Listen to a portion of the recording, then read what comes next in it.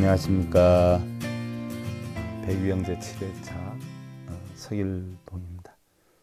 오늘은 백유형 1권 11번째 이야기, 바라문이 자기의 아들을 죽인 비유에 대해서 한번 살펴보겠습니다. 옛날 어떤 바라문이요, 스스로 자기가 많은 것을 안다라고 자부를 하고 다녔어요. 별자리의 일이라든지 또 여러 가지 기회를 밝게 통달하였다라고 자랑하기 위해서 다른 마을로 가가지고 한 아이를 안고는 울고 있는 것이요. 사람들이 물어요. 아니 왜 아이를 안고 그리 울고 있는 것이오? 그러자 그는 이 아이가 일주일이 지나면 죽을 것인데 그것이 너무 가여워서 이리 울고 있는 것이오 라고 이야기를 해요. 그러자 사람들이 아니 아이의 생명을 어떻게 그렇게 쉽게 판단을 하는 것이오, 더군다나 병이 있다 해도 그것을 정확하게 판단하기 어려워서 함부로 말을 할 수가 없는 것인데 어떻게 그런 생각을 하는 거요? 그러자 그는 해와 달이 무너지고 별들이 떨어지는 한이 있어도 나의 예언은 틀림이 없을 것이오. 그리고 그는 자신의 한 말을 입증시키기 위해서 일주일 만에 그 아이를 죽이고는 사람들에게 자기가 말한 대로 그 아이는 일주일 만에 죽었다 하는 소문을 퍼뜨렸어요. 그리고 나자 그 일에 대해서 아는 사람이나 소문을 들은 사람들은 모두 그에게 찾아와서 정말 대단한 사람이다, 그의 말이 틀리지 않았어, 정말 앞날을 훤히 아는 것이 맞는가 봐 하면서 그의 자식을 일부러 죽였다는 것을 모르는 사람들은 물밀듯이 밀려와서 그를 공경하고 제물을 바치게 되었어요. 부처님께서는요, 비유하면 이런 것이니라.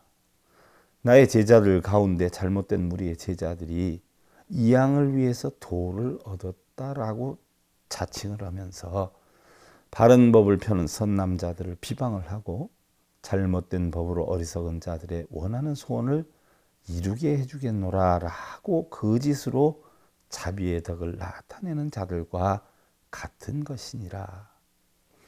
그들은 장래에 반드시 한량없는 고통을 받게 될 것이니 마치 바라문이 자기의 말을 입증시키기 위해 자식을 죽여서 세상을 미혹시키는 행위와 같은 것이니라 라고 하셨어요.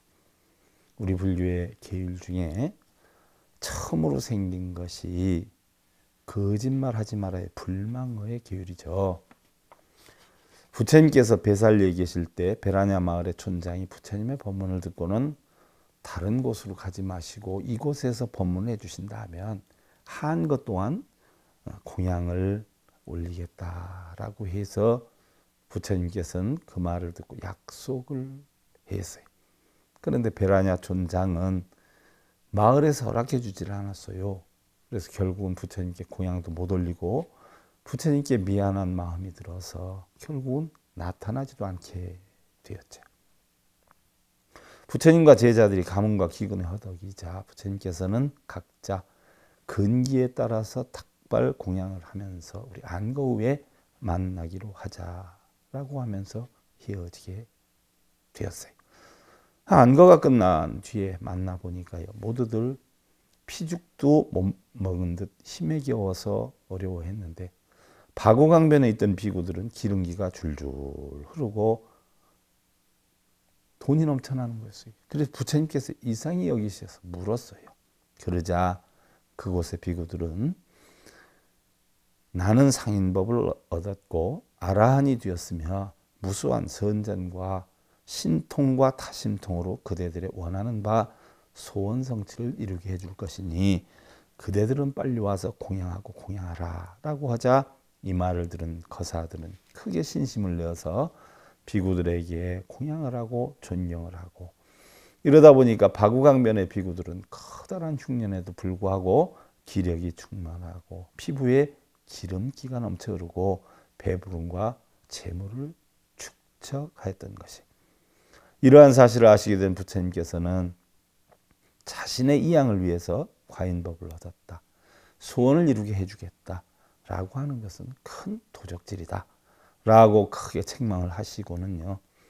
차라리 뜨거운 돌을 먹고 구리새 즙을 마실지언정 절대로 신도에게 무엇을 이루게 해주겠다라고 거짓말한 음식이나 과인법을 얻었다라고 하면서 받는 등의 도적질한 음식은 절대로 먹지 말지어다 라고 하시면서, 첫째, 백천의 군대를 동원해서 성과 칠학을 파괴하고 사람을 죽이거나 물건을 빼앗는 것.